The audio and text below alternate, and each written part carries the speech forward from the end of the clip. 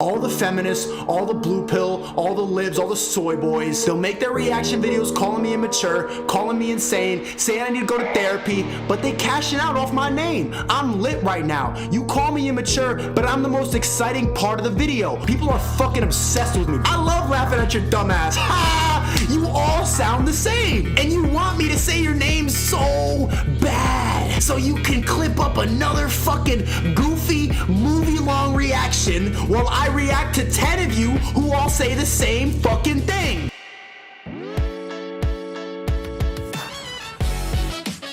Now, if you don't know who SNEAKO is, he started his YouTube channel around 2013, and since then he's tried multiple different styles of content on his channel, from commentary videos over gaming. Today, I'm going to be talking about how to grow a YouTube channel to inspirational type videos. And dreamt about one day someone coming into my life and coloring it with the chaos of trouble. He's tried a lot of different things, none of which has really stuck. He even worked with Mr. Beast back when Mr. Beast was a smaller creator, which was short-lived. But as I said, none of his content really stuck that well. He had trouble growing over the years. He did have some growth, but it wasn't to the extent that I believe he wanted, up until this past year and a half, when he took to becoming basically just an Andrew Tate clone. The Matrix attacked, and the Matrix is very powerful. Sucking his dick every chance he can. Free Andrew Tate? Of course. Free Tristan Tate? Masseuse? Will you marry me?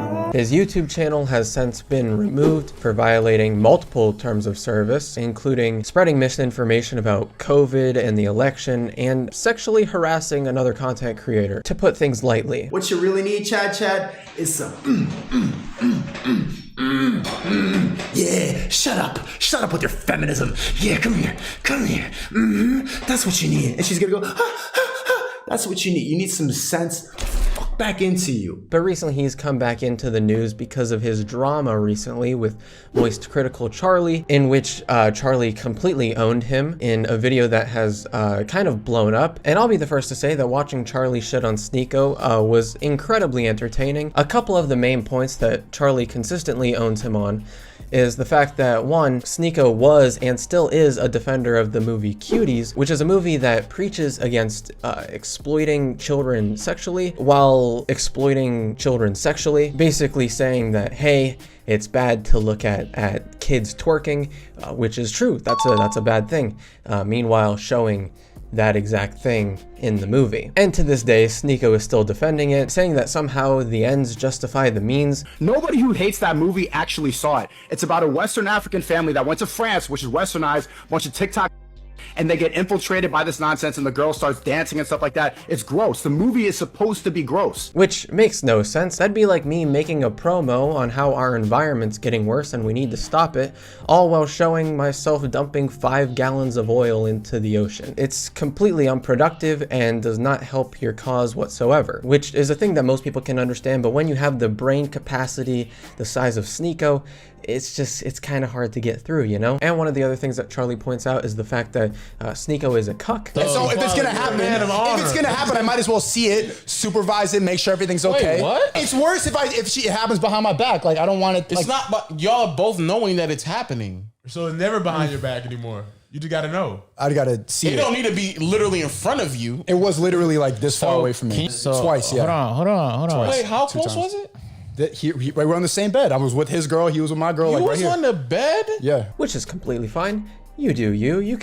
There's no shame here. But it obviously either really hurt him watching his girl get fucked in front of him, which is why he is so insecure to this day and tries to project that onto his male followers, and why he just hates women in general. You cannot provide anything other than pussy. That's all you got. You got a mouth, you got pussy, but that's it. You know where women have the least rights? Saudi Arabia. They're doing pretty well. The more patriarchy, the more society kind of runs how it's supposed to run. Or he secretly really liked it, and he has a hard time grasping with the reality that he is not a traditional male. It's one of the two. And SNEAKO consistently shows this collage of people on Twitter that have shit on him in the past for really valid reasons, like being a misogynist, you know, sexually harassing someone, hanging out with a literal Nazi. There is no shortage of things to criticize him for, which they all have. But every time he shows this collage of people, he's just making fun of the fact that half of them are on antidepressants, which makes no sense like, okay, they're mature enough to admit that, hey, they need some help, unlike you, who has to cope with how much you need help by dancing around with a gun on camera and just making fun of how people look, which is another weird thing, that he makes fun of how half of these guys are soy boys, which is a dumb insult to begin with. But I mean, if you're gonna make the insult, at least do it to people that aren't like twice as strong as you. And underneath every tweet that he makes about these people, he is always linking to his Rumble account where he makes videos, because that's the free speech website that he's on, which Steven Crowder now went to. So as you can see, they really got some stand-up guys over there. And all these things that I've just mentioned is stuff that everybody's already criticized him about. He's a piece of shit. A lot of people hate him for valid reasons, and he's teaching young, impressionable kids that, you know, it's cool to be a Nazi, as you can see from his chat, where he has a lot of Nazis.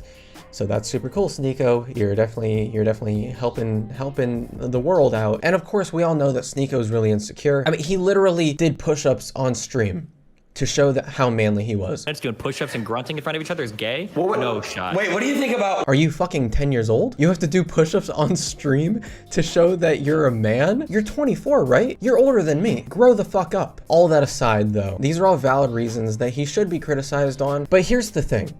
SNEAKO's heard it all. Everybody hates him. There's very few people on the internet that do not hate SNEAKO. I think one of the only people on the internet right now that actually has spoken with him, that is actually like friendly with him, is Aiden Ross. And let's face it, Aiden Ross isn't exactly the brightest crayon in the crayon box. Okay, so the average salary is what, like $100,000? Did you just hear this motherfucker?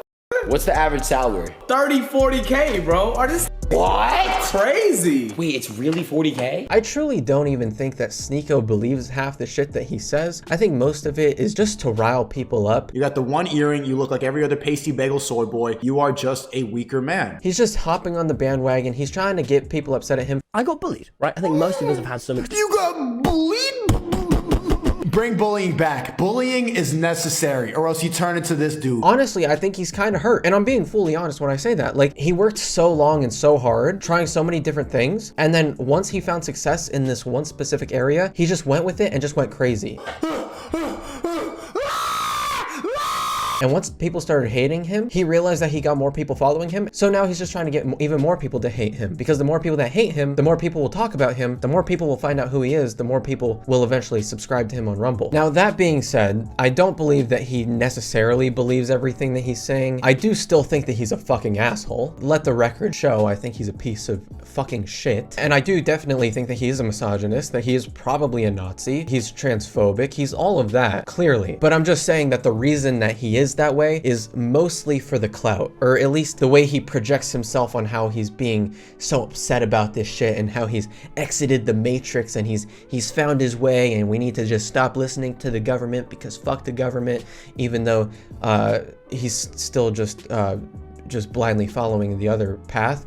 Because when you say that, hey, I'm not going to believe anything that the government says, you're immediately saying, hey, I'm just going to be a sheep in the opposite direction. This is all exactly what he wants. You need to talk about me for content. You need to talk about how I'm problematic and disgusting. I feed your family. He wants people talking about him. He wants his name to get out there. He's not allowed on the YouTube site, so the only way he can get on there to spread his message is through other people. And even if there's 1 million people that are upset with you, there's gonna be a couple in there that aren't, and they're gonna find him and they're gonna follow him, and they're gonna start believing what he says because he's enlightened, unlike the rest of us. And he's even stated this, that at the beginning of the year he had 1 million subscribers and he was broke. Now he doesn't even have a YouTube channel and he's hanging out with these millionaires. He's finding a bigger audience with each video that somebody makes on him, which I think is a little dangerous. And I understand that I am being kind of hypocritical with this because I just made a YouTube video talking about how people should stop making YouTube videos on this guy, which is why this will be my first and last video on SNEAKO. I can already hear the SNEAKO fanboys in my comment section,